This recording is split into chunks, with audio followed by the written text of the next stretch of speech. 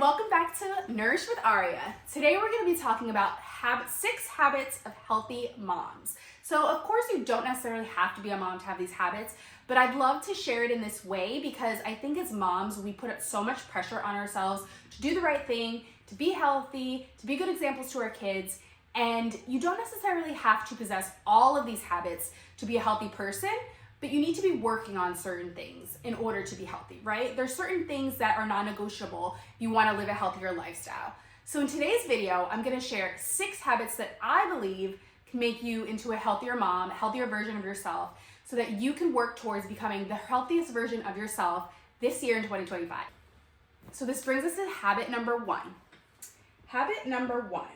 As a healthy person, you're someone who just eats a healthy, balanced diet. Right? You're someone who doesn't fall into diet dogma and rules and regulations about diet, and overall you have a healthy relationship with food and you understand what foods work best for your body, what foods don't, and that's what you focus on.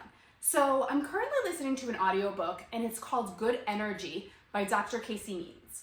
I love this book so much because it breaks down how in our society today, so many of us are being fueled improperly, right? We're eating foods that don't make us thrive.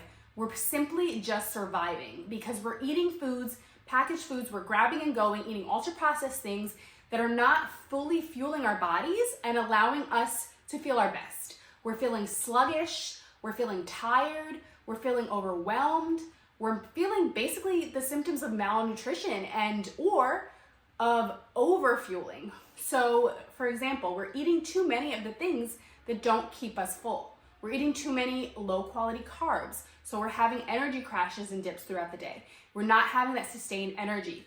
So what she calls in the book is having a healthy, balanced energy is having good energy. And if you are the opposite of this and you're not eating a balanced, nutrient-dense diet, you have bad energy and you're gonna have those things like crashes and things like that, and all those things that lead up to poor health outcomes like type 2 diabetes, heart disease, so on.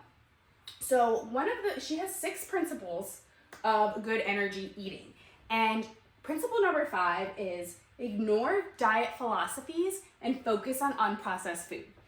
I love this so much because it's such a simple way of saying, stop, going to this, that fad diet and that fad diet, and just figure out the way to eat that serves you best. It's not going to be the same as it is for your sister, your brother, your husband, your children. It's going to be different because we're all individual and we all need an individualized approach to nutrition and diet. So some things may work for me that may not work for you. For example, I'm someone who has Hashimoto's. I have an autoimmune disease, so I have to avoid gluten in order to feel my best. If I start to eat a lot of gluten and gluten starts creeping back up into my diet, or maybe I have it unknowingly, I'm going to feel those effects. I'm going to be more sluggish. I'm going to feel more bloated. It's going to show in my blood work. Okay, so just knowing me personally and knowing my own journey with food and nutrition, I know that certain foods just don't agree with me and don't allow me to feel my best. So that's just an example. You may be someone who is loving the sourdough craze right now and you can eat all the sourdough and it doesn't affect you. And you feel great with your digestion, you feel great with your sleep, all of those things. But unfortunately for me, even though it's sourdough and it may be easier to digest because of the fermentation process, it's just not a food that fits into a healthy diet for me. So forget all the diet dogma, forget about all the diets, forget about vegan, keto, paleo, XYZ, this, that, and the other thing, and just eat whole, unprocessed food that works for your body and allows you to feel your best. One more quick thing too I want to mention with diet and eating a healthy, balanced diet, unprocessed diet, focus on just eating real foods, is I want to also give you permission to learn what it means to have a healthy relationship with food. I think so many of us, especially people in my age group, like I'm the millennial, I'm 37, so I grew up in the 90s, right? So when I grew up, there was so much, and now there is too, obviously, but there was so much about low-fat diets, right? That was the biggest trend. The Atkins diet, was low carb, but low fat as well, I think. I don't know, I could be wrong about that. But low fat was like the big trend, and we demonized fat and we demonized whole food groups. Fast forward to now, there's you know, a lot of us are having problems like figuring out what is a healthy diet, especially as a mom. You know, you're busy, you're on the go, you need things that are quick, you need easy meal ideas. You tend to look to influencers or, you know, people online, or even maybe, I don't know who still really looks at magazines. I personally don't, but you look at these magazines in the grocery store that are telling you like fat is bad for you and this and that and the other thing. There's so many confusing things out there. And that's why I said in the previous, in part of the first tip, is that you really need to figure out what works well for you. But remember that demonizing whole food groups, or for an example, whole macronutrients, you know, giving fat as an example, you're not going to feel your best. You're not going to be fueling your body. Learn what it means to really fuel your body. Having fat in your food, having some oil in your food, or you know, a little bit of salad dressing that you make yourself with oil and vinegar is not going to cause you to gain 10 pounds. It's just not. That's not logical. And so many of us have this drilled in our head that we have to eat low-fat yogurt, low-fat milk, whole milk is a no-no, and all of this is because how we were conditioned in our past. So I just want to give you permission to learn what it means to truly nourish and feed your body in the way that it needs to be fueled. Don't feel guilty about it. Don't, you know, if you don't feel hungry, if you have a meal with tiny portions and you feel hungry after, you're probably still hungry. You probably did not eat enough protein. You probably did not eat enough fat. And then we're eating too many carbs, and this is the problem with the bad energy. We're eating too many carbs and it's not fueling us. It's causing us to crash. So please give yourself permission to eat the protein, to eat the fat. It's okay to have a steak. Don't demonize food groups and whole macronutrients, because this is what we need in order to feel our best and in order to feel fueled. And this is why you might be tired, and this is why you may have low energy. I actually have a masterclass that talks all about this in length, so I won't get too much into this in this video because this video is not just about nutrition, but I will link that here so that you can check out that free masterclass that teaches you why you might be so tired and how to adjust your plate so that you're feeling your best and you're feeling fueled. Another thing is recognizing your hunger and fullness cues. So many of us are used to, this is funny, the clean plate club, right? So our parents, if you know, especially me, I'm Hispanic, so I come from a Puerto Rican family, and you must clean your plate. Your plate must be clean, or either you don't like the food, or you know, you're insulting your mom, or whatever it is, whatever the real reason is behind this rule. I'm sure many other people in other cultures can relate. It's just a common thing in our culture to clean the plate and eat all of your food. No matter how hungry you are, no matter if you're full, you eat all your food. You don't save it for later. So that's something that was ingrained in me as a child, and it took me until my 30s, I'm not even gonna lie, maybe like 2 years ago, to start realizing like, I don't need to keep eating because I'm full. I'm satisfied. Or I don't need to eat right now because I'm not hungry. So just really tapping into your hunger and fullness cues. If you have a little bit of food still on your plate and you're full and you're satisfied, and if you eat one more bite, you're gonna feel that, you know, bursting your belly, it's okay to stop. You can save it for later. Or, I mean, I don't love to throw food away, but something I learned from a fellow nutritionist was, you know, it's going to go to waste whether it's in your belly or it's in the trash, because it's not doing anything for your body if you're feeling full and sluggish and gross because you ate too much, because you overate. So really just be intentional and tap into, if you're still hungry and full, before and after eating. You can kind of use an intuitive eating. I'm not like this intuitive eating practitioner or anything, but one thing that I have learned from watching other videos is there's a hunger and fullness scale. And you can either be at a 0 or you can go to a 10. And 5 is like kind of where you want to be, right? You want to be like right in the middle.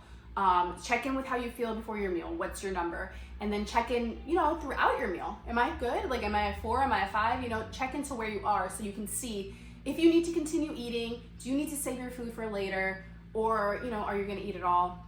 Whatever the case may be. I think this is something that needs to be taught, because so many of us, like I said, are conditioned to eat on our plate or we're doing something wrong. So start to learn to tap into your hunger and fullness cues, and this will help with issues like overeating, as well as just having an overall healthier relationship with food and not letting food rule you. Habit number 2 They prioritize quality sleep. Healthy people know that getting a full night's sleep, it's not just about getting a full night's sleep, right? It's having quality sleep. Yes, it's important to get a certain amount of hours but that's also different for everybody, and that's also another bio-individual thing, that one person may thrive on 6 hours of sleep, while another person may need that 9 hours in order to feel rested and to feel fully functional.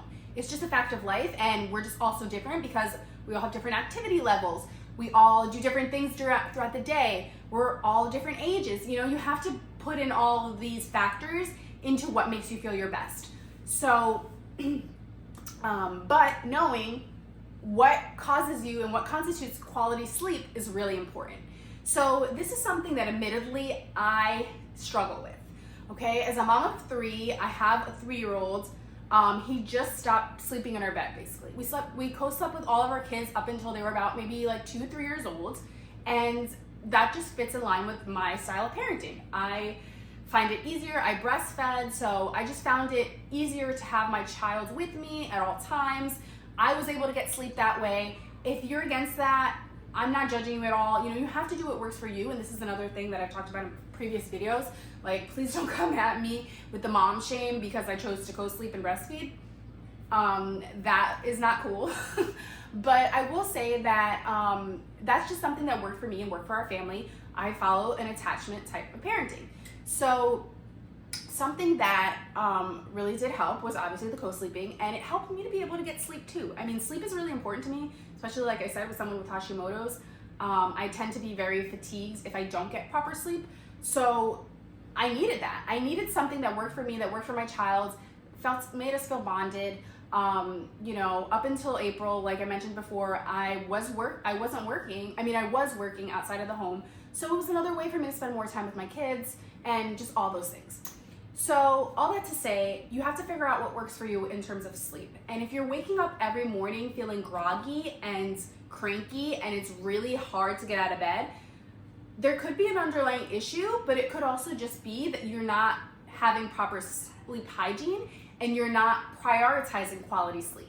So if you're falling asleep in front of the TV, you're scrolling until 2 a.m., you have bright lights in your home all night long, you don't start to dim the lights at a certain time.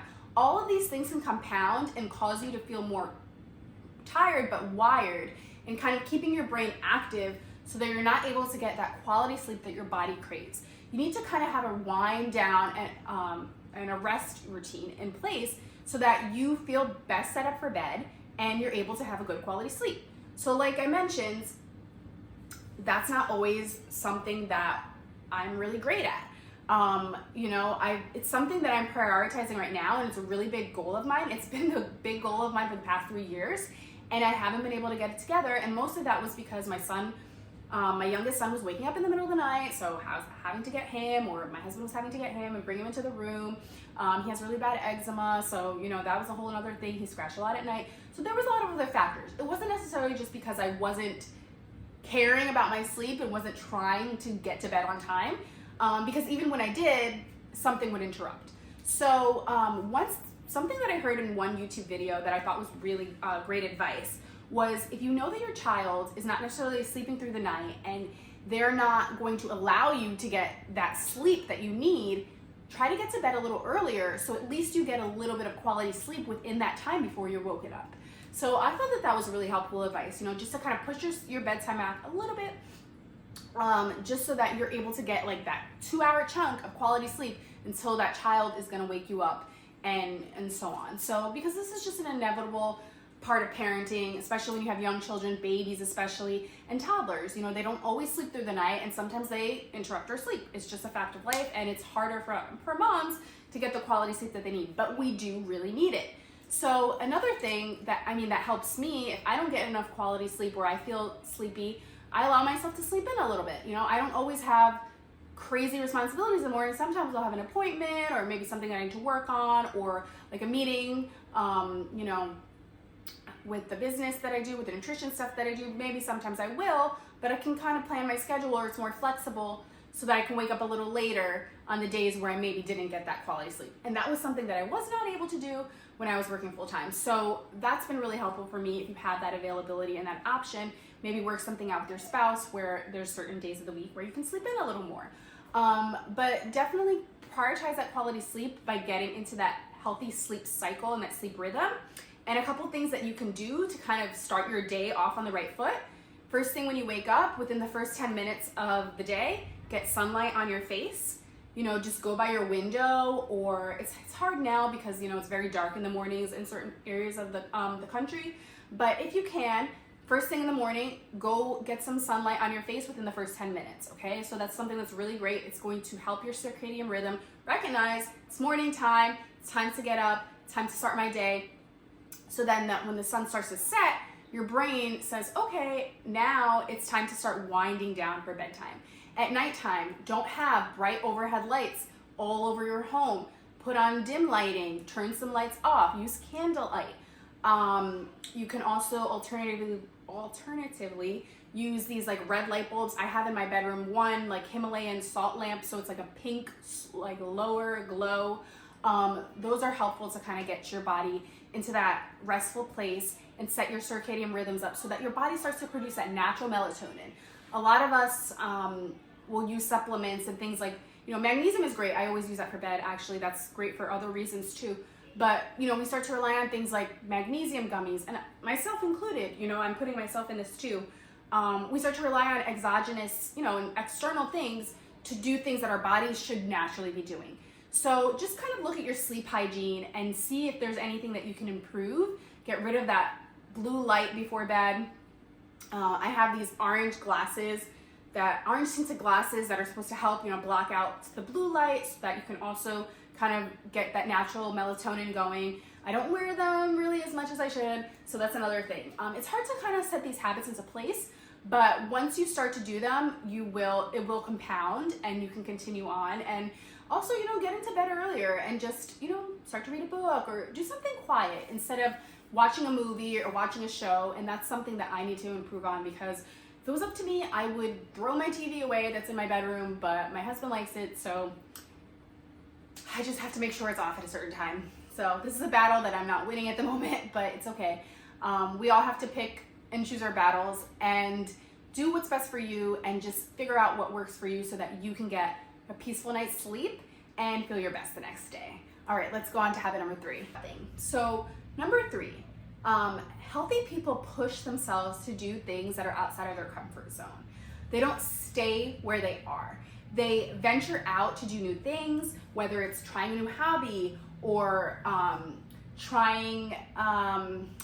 listening to different new kinds of music or whatever it is. They don't necessarily stay in their lane, right? They choose to push themselves outside of their comfort zone so that they can learn new things.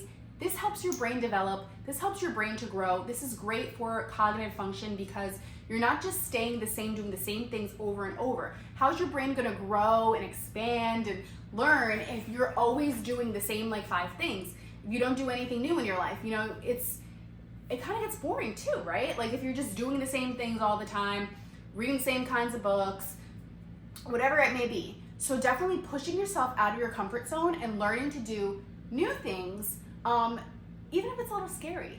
So just as an example, and this is something that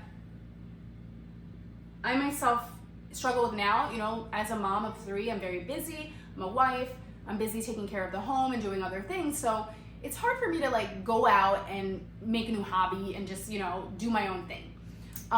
When I only had 2 children, it was so much easier for me to find new challenges, and that was something big that me and my sister did. We always did workout challenges together, or where we learned a new thing. We're we want to get more flexible, so we did a flexible challenge, and we got more flexible. We wanted to learn how to do side splits, so we did.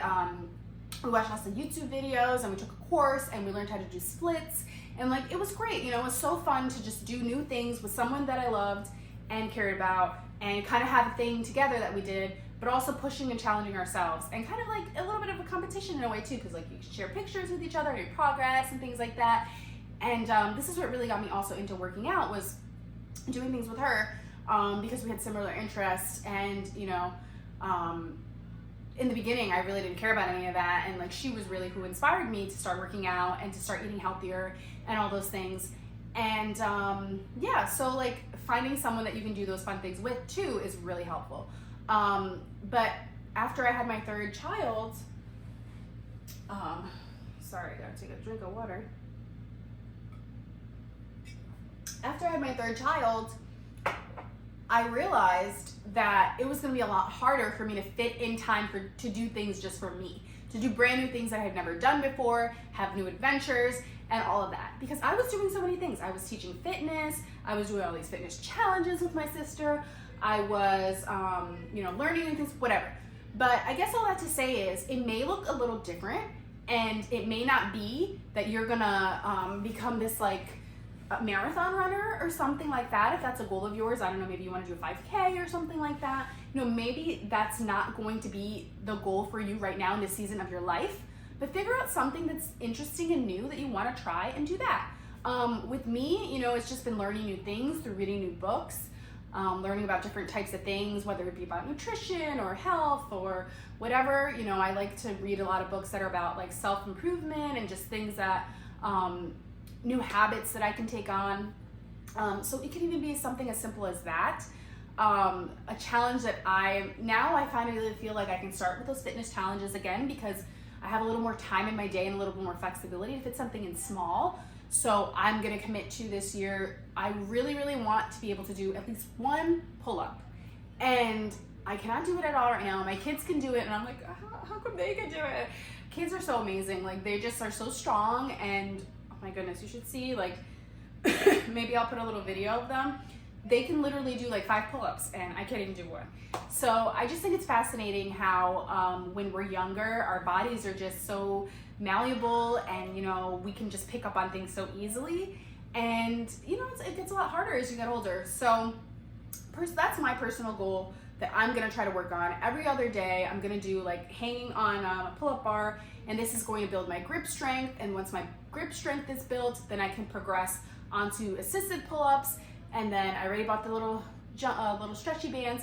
And then once I can do that, I'm gonna try to do a regular pull-up. So this is just an example of how you can kind of break down a goal and try something new that you've never done before. So don't be afraid to try new things. Maybe it's joining a book club. Like, I'm just thinking of ideas that you can try that maybe you've never done before. Ways to put yourself out there more, and ways to kind of just enhance your brain power and do something different and do something new. So habit number 4 of healthy people. Healthy people are physically active. It's super important to be physically active, right? To get up, move around, not just be sedentary. We all know that living a sedentary lifestyle can also lead to those diseases of lifestyle, such as high blood pressure, heart disease, type 2 diabetes, obesity, so on and so forth. Being inactive obviously contributes to all of those, and it can also add to achy joints and pain as well, because if you're not moving your body, you're just gonna feel stiff and uncomfortable, and things are gonna start to not be used, and you're gonna lose muscle strength and all those things. I don't have to go into detail about why it's not healthy to be inactive. So, but I do wanna say that healthy people don't just exercise or work out or move their bodies. They figure out what type of movement they love, and that's what they stick to. They learn what they love, and they stick to what they love. They don't torture themselves with workouts that they hate, with workouts that hurt their bodies, with workouts, they don't punish themselves with workouts. A common thing that you hear people say, I hate my body so much, and that's why I work out. I work out because I love to eat, and like, I don't think that's wrong necessarily. I love to eat too, and that is part of why I work out, because you're able to eat more when you exercise more, and when you're more active, if you expend more calories, you can obviously bring in more calories.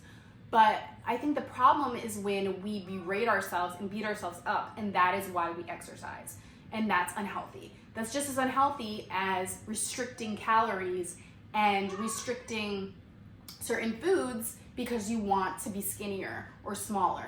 So one thing I always love to say is, if you're going to exercise, don't just strength train because it's good for you. Do it because it's something you love. Don't just go running because you hate it. Because you want to torture your body or burn tons of calories. Do it because you love it. I don't like running at all. I hate running. You will not ever catch me running unless someone is chasing me. You will not catch me running for fun. I don't like it. It's not something that I like to do, but I love walking. I love slow, steady state cardio. Like I love just doing walking workouts. There's tons here on YouTube that are so easy and fun. Like you just, you know, they have great music and you're just jumping around, dancing around. It kind of puts a smile on your face automatically. And this is because it's something I enjoy. It might not for you, but you know, me personally, that's the type of workout that I love, and I could do them over and over. I've done hours long, well, not hours long, an hour or two long. You know, I've done ones that are up to an hour because one, I want to get a little more steps and activity in, maybe because I was a little sedentary that day, but I actually enjoy doing them. I actually enjoy watching them and like being able to just get up and like do little things. So I just think that that's a great resource that's free, that, you know, a way that you can put your body into motion. And then I love strength training. Another thing that I love to do, I love mobility exercises. I love to be able to like move my body and feel my muscles releasing. And I don't really necessarily love stretching, but I like mobility because of just the way that it makes my body feel, and I know that it's functional. So I don't know, my kids are screaming downstairs, so sorry if you hear them screaming, playing downstairs, but you know, I just want to say that figure out something. If you're someone who's new to exercise and movement and who does nothing and who's more sedentary, don't be discouraged.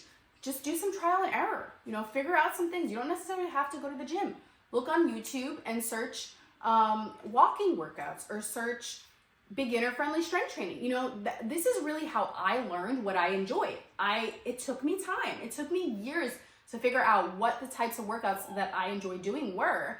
And I'm not gonna lie, sometimes, you know, my strength training workouts are hard and I'm not necessarily loving them, but, you know, I enjoy the way I feel after. I enjoy how strong it makes me feel when I'm able to pick up a heavy weight and put it back down. And, you know, this is something that you also can learn to love. So the best advice that I have for someone who's not used to working out or used to moving their body is just to figure out what works for them. Go to a couple workout classes at the gym. Go to a group fitness class. That's one of the ways that I started. I was doing Zumba with my sister and my mom. We went to Zumba and it was so fun. You know, I was not good at it. I wasn't so great and coordinated, but I learned to love it because it made me feel good and it was fun. So just figure out something that works for you. It doesn't necessarily, yes, strength training of course has tons of benefits. So does walking and running and other things. But figure out what works for you, and then the rest will kind of fall into place and you'll be able to fit it into your routine because you enjoy it. Stop working out because you hate your body and you want to change it. Work out because you want to work with your body, not against it. All right, well, that's it for today. 6 habits of healthy people. I hope you enjoyed it, and I hope maybe you learned something new today that you didn't know before. Thank you so much for watching, and I hope to see you in the next one. Wait. Keep going. One more. Well, can you do another one? Wow. Yeah. One.